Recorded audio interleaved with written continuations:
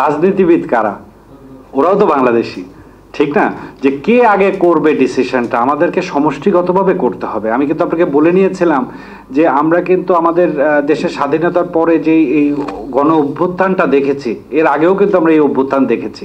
So আমরা কিন্তু এটা ব্যবসায়িক মহল থেকে আমাদের একটা আশা যে সামনের দিনগুলোতে আমরা কিন্তু শুনছি যে প্রেসিডেন্ট সরকার বেশ কিছু রিফর্ম করবে, ঠিক না? এখানে আমাদের আশা যে আমরা স্টেপ বাই স্টেপ যদি আগাতে পারি।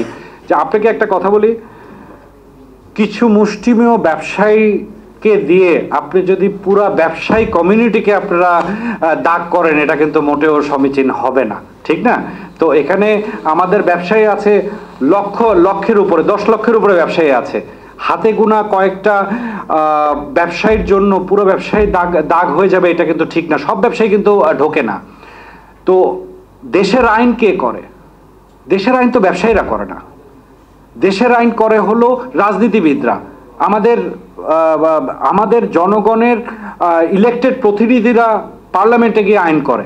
সো আমরা তো এটা চেতেই পারি যে এইভাবে ব্যবসায়িকরা ব্যবসার মধ্যেই মনোনিবেশ করা উচিত এবং মানে পলিটিসাইজড হওয়া উচিত না।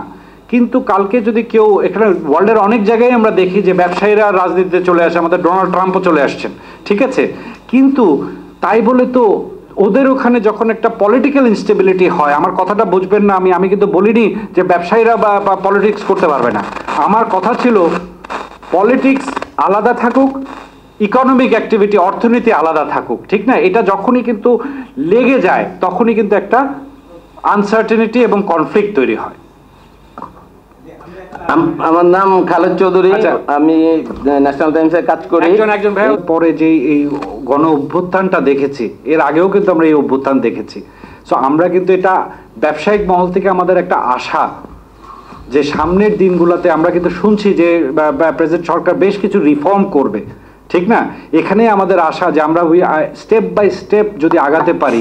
যে আপনাকে একটা কথা বলি, কিছু মুষ্টিমেয় ব্যবসায়ীকে দিয়ে আপনি যদি পুরা ব্যবসায়ী কমিউনিটিকে আপনারা দাগ করেন, এটা কিন্তু মোটেও সমীচীন হবে না, ঠিক না?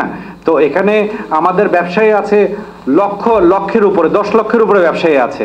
হাতে গোনা কয়েকটা ব্যবসায়ীর জন্য পুরো ব্যবসায়ী দাগ হয়ে যাবে, এটা কিন্তু ঠিক না। সব ব্যবসায়ী কিন্তু ঢোকে না। তো দেশের আইন কে করে? দেশের আইন তো ব্যবসায়ীরা করে না, দেশের আইন করে হলো রাজনীতিবিদরা। আমাদের জনগণের ইলেক্টেড প্রতিনিধিরা পার্লামেন্টে গিয়ে আইন করে।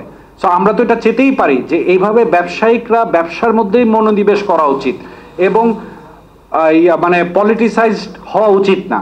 কিন্তু কালকে যদি কেউ, এখানে ওয়ার্ল্ডের অনেক জায়গায় আমরা দেখি যে ব্যবসায়ীরা রাজনীতিতে চলে আসে, আমাদের ডোনাল্ড ট্রাম্পও চলে আসছেন, ঠিক আছে? কিন্তু তাই বলে তো ওদের ওখানে যখন একটা পলিটিক্যাল ইনস্টেবিলিটি হয়, আমার কথাটা বুঝবেন না, আমি কিন্তু বলিনি যে ব্যবসায়ীরা বা পলিটিক্স করতে পারবে না। আমার কথা ছিল পলিটিক্স আলাদা থাকুক, ইকোনমিক অ্যাক্টিভিটি অর্থনীতি আলাদা থাকুক, ঠিক না? এটা যখনই কিন্তু লেগে যায় তখনই কিন্তু একটা আনসার্টেনিটি এবং কনফ্লিক্ট তৈরি হয়।